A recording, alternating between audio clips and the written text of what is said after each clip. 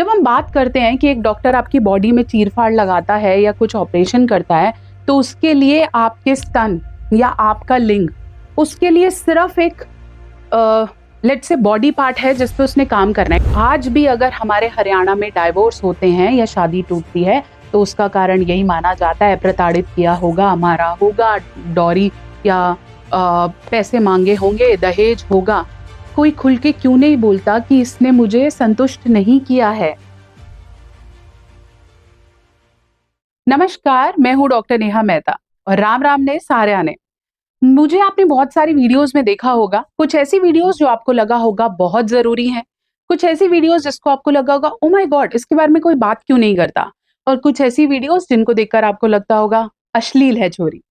बहुत सारी ऐसी वीडियोस आपने ऊपर ऊपर देखी होंगी जिन्हें आपको देखकर लग रहा है कि इसके बारे में आप कोई बात कर रहा है, और वो भी महिला।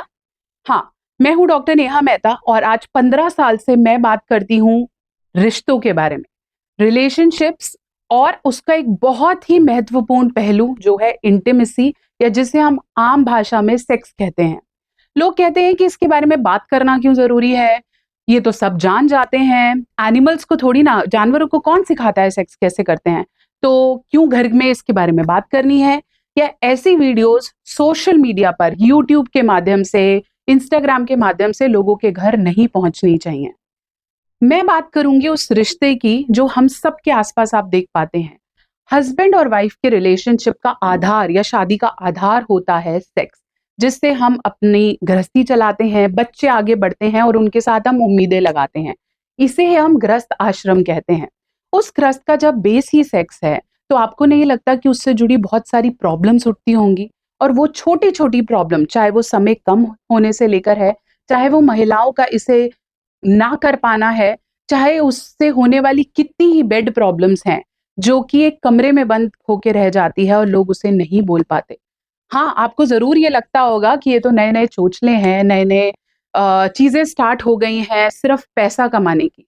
बट अगर आप थोड़ा सा झांक कर देखें तो बहुत सारी चीजें सिर्फ बातों से, सही ज्ञान से और सही गाइडेंस से ठीक हो सकती हैं, जिनमें दवाइयों की जरूरत नहीं पड़ती।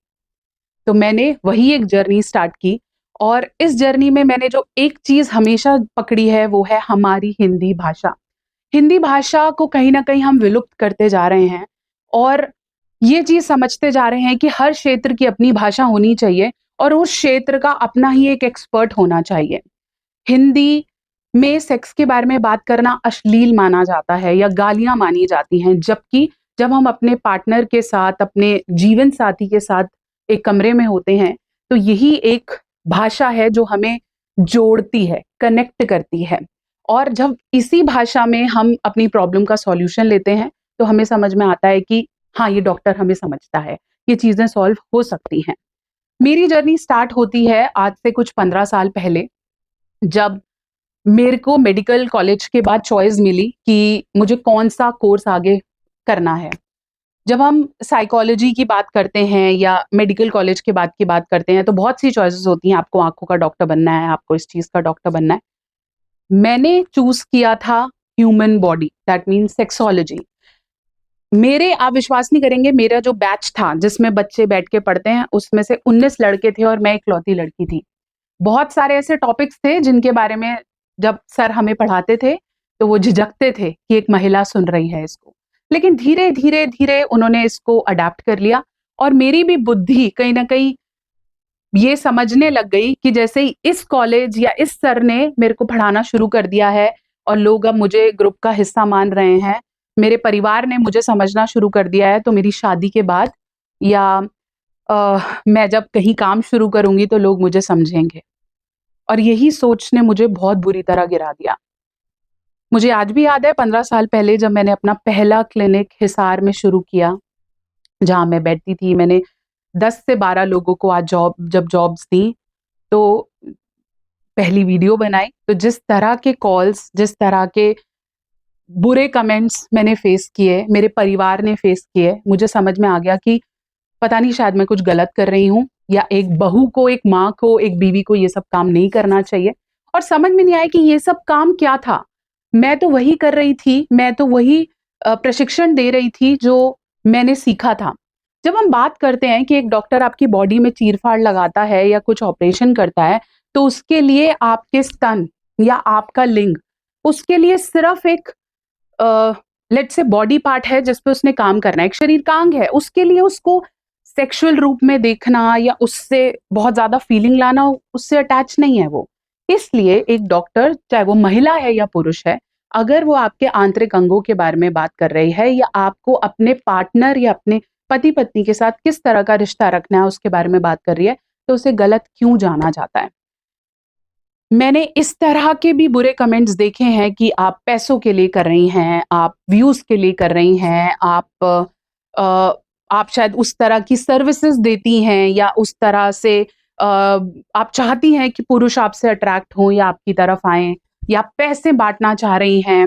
मेरे घर वालों को, मेरे बच्चों को, हर किसी चीज़ पे इस तरह के कमेंट्स, सिर्फ़ यूट्यूब पे नहीं, रियल लाइफ़ में भी मैंने वो सब देखा और वहाँ से मुझे समझ में आया कि मुझे रुकना चाहिए।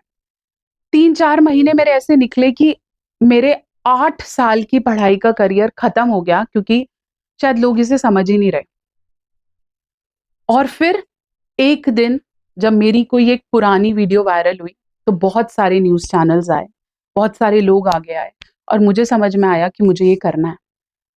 ज़रूरी नहीं है ना कि गुलाब को वहीं उगाया जाए जहाँ पे उसकी सेल होती है या जहाँ वो बिकता है।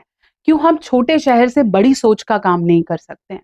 हम ये क्यों सोचते हैं कि यहाँ पे ये चलेगा नहीं, यहाँ पे तो कोई खुल के बात नहीं करता, यहाँ तो पत्नी अपने पति का नाम भी नहीं लेती और ये सब बातें तो कौन करेगा? नहीं, ये सब हमारे घरों में है और खुल के इसके बारे में बात करना, इसके लिए सॉल्यूशन लेना बहुत ज़रूरी है।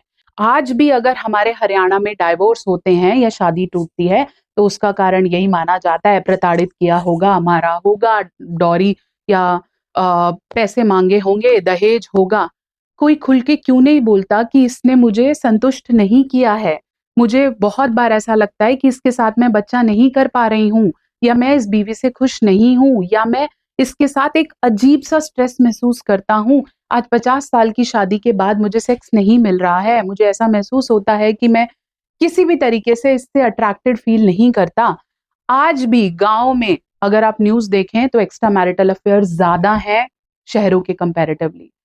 फिर भी आज भी हम आँख बंद करके ये बात करते हैं कि सेक्स के बारे में या अट्रैक्शन के बारे में बात करना गलत है। ये सोच के साथ जब मैंने ये जर्नी स्टार्ट की, धीरे-धीरे बहुत सारे पड़ाव, बहुत सारी चीज़ें और बहुत सारे आँसू भी मैं कह सकती हूँ। बहुत सारे आँसू, बहुत सारे दुःख मेरे को मिले हैं, जहाँ ऐसा लगता था बस, अब नहीं होगा या अब नहीं आगे बढ़ा जाएगा या चीज़ें सही नहीं मिलेंगी। अब जैसे पॉडकास्ट का दौर स्टार्ट हो रहा है, मैं बात करूँ कि बहुत सारे न्यूज़ चैनल्स हैं, बहुत सारे क्रिएटर्स हैं, बहुत सारे ऐसे यूट्यूब वाले हैं जो फ़ोन करके कहते हैं कि आइए जी मैडम आपका इंटरव्यू लेना है। आधे से ज़्यादा लोग इसे सही सोच से कनेक्ट ही नहीं करते। उन्हें लगता है कि बहुत पैसे कमा रही होगी तो आ जाएगी, क्या घर-बार है इसका आ जाएगी या हम क्यों पे करें या क्या हो गया? क्यों? जब आप किसी और क्रिएटर को बुलाते हैं या दिल्ली से कोई उठ के आता है, मुंबई से उठ के आता है, उसकी इज़्ज़त है। लेकिन जो हरियाणा से उठ के जा रहा है, उसकी इज़्ज़त नहीं करी जा रही है कि ये तो छोटे शहर से हैं, ये तो हमारे लिए आएँगे ही आएँगे, हमारे नाम के लिए आएँगे। यहाँ पे बैठ के अगर कोई आपको समझा रहा है, चीज़ें सिखा रहा है, तो उसकी इज़्ज़त नहीं करी जाती ये बोल के कि नहीं, हम तो दिल्ली जाएँगे दिखाने, हमें तो नहीं समझ में आता ये चीज़ें काम करती हैं। जब मैं खुद से आके बोल रही हूँ कि आपको दवाइयों की ज़रूरत नहीं है, ये सच सब आपकी सोच में निर्भर है और आप ऑलरेडी 10 डॉक्टर्स को दिखा चुके, काम नहीं करेगा, तो बोलते नहीं हमें तो दवाई चाहिए। इस सोच से निकलिए, बहुत सारी चीज़ों का सॉल्यूशन आपके अपने किचन में है। हरियाणा अपने खुद की सॉइल से, हम बोलते हैं हमारी माटी में इतना सब कुछ है कि हमें ये बाहर की दवाइयाँ और इन सब चीज़ों की ज़रूरत नहीं है। आयुर्वेदा का हब हैं हम लोग। हम चाहें तो क्या-क्या नहीं उगा सकते, क्या-क्या नहीं बना सकते और हमारे शरीर और हमारी ऊर्जा और हमारा स्टैमिना जिसे हम कहें, सब हम खुद से क्रिएट कर सकते हैं। भागना, दौड़ना, परेशान होना बहुत केसेज़ में ज़रूरत नहीं रहती।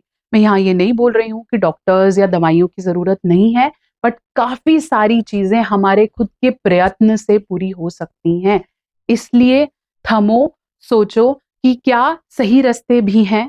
क्या अगर कोई हमें सही रास्ते की तरफ लेके जा रहा है या हमें बता रहा है तो वो सिर्फ लड़की मात्र है या औरत मात्र है, तो क्या हमें उस पे इतने क्वेश्चन करने चाहिए? क्या इस तरह की वीडियोस बाहर आती हैं तो हमें उस पे क्वेश्चंस करने चाहिए? और आगे से अगर कोई और महिला इस तरीके की बात करे या आपको कोई ज्ञान देने की कोशिश करे या आपके शरीर के अंग से रिलेटेड आपको कुछ नॉलेज दे, तो क्या हमें उसे ये बोलना चाहिए कि बेशर्म है या अश्लील है? ये सभी चीजों पे चिंतन मंथन होना जरूरी है। मैंने ये कोशिश की है। आज मेरे पास 4 से ज्यादा अस्पताल हैं। आज मेरे पास 100 से ज्यादा ऐसे लोग हैं जो मेरी टीम में हैं। उन सब के घर की रोजी रोटी इसी काम से चल रही है। साफ और निष्पक्ष होके अच्छी सोच के साथ हम ये काम करते हैं। और डॉक्टर नेहा मेहता, जिन्हें लगता है ऐसे कि ये तो कुछ भी हो रहा है, सोचिए इतनी सारी डिग्रीज, 15 और 8 आप साल मिला लीजिए, कितने सालों से मेहनत, एक परिवार को साथ साथ संभालना। आपको नहीं लगता ये स्ट्रगल से जुड़ा हो सकता है? आप ऐसी महिलाओं की पिक्चर्स इंस्टाग्राम पे देख के बड़े खुश हो जाते हैं जिन्होंने आधे कपड़े पहने होते हैं या जो कुछ भी ऐसे कर रही होती हैं और आपको बड़ा मजा आता है और फटाफट से आप उन्हें लाइक कर देते हैं। बट अगर कोई खुद से बैठ के आपको ये सब समझा रहा है और बिल्कुल बिल्कुल जैसे आपकी घर की महिला आपके घर के बड़े समझाते हैं वैसे आपके बच्चों को गाइड कर रहा है, तो वो अश्लील नहीं होता।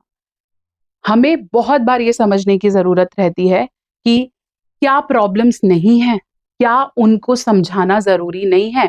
स्कूलों पे बहुत आसानी से क्वेश्चन उठते हैं कि ये पढ़ाते नहीं है, हम घर पे क्या बातें करें।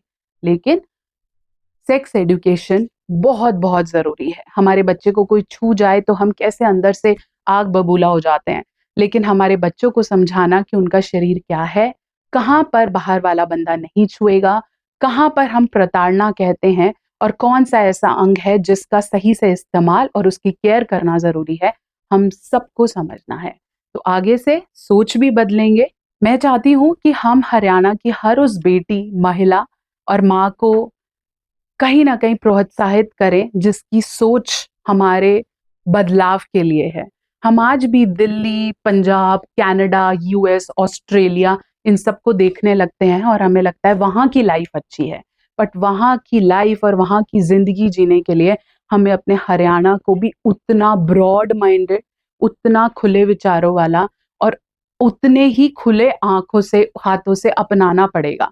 अगर हम यही सोचते रहेंगे कि नहीं वहां वहां वहां, तो यहाँ पर जो मिल रहा है हम उसे मिस करेंगे। जय हरियाणा।